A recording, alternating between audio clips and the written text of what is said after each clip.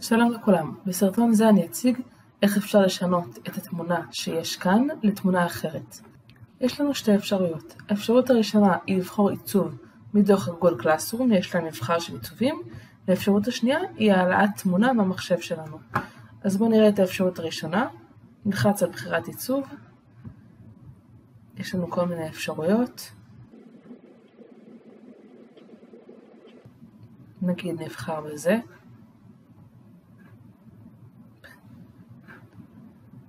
האפשרות השנייה שלנו היא העלאת תמונה.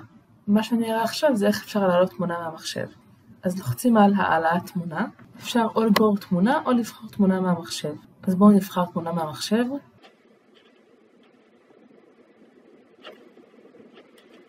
בואו נתאים פה את הרזולוציה. ונעשה בחירת עיצוב לכיתה.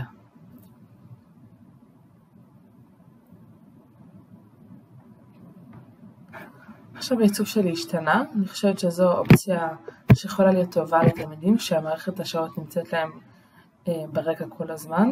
את מערכת השעות הזאת שמתאימה לרזולוציה של הבאנר הזה, עשיתי באמצעות הפאורפוינט. אני אצרף לכם כאן את המצגת. אפשר פשוט לשנות צבע, כל דבר אחר, להוסיף כיתה, לכתוב את השעות ואת המקצועות. ומה שצריך לעשות בסוף, זה צריך לשמור רק את החלק הזה כתמונה. אז פשוט צריך ללחוץ עם העכבר, לסמן את הכל, לעשות לחצן ימני, שמירה כתמונה, ולשמור את זה כתמונה.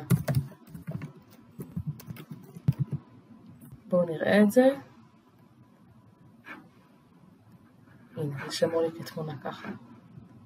שיהיה בהצלחה.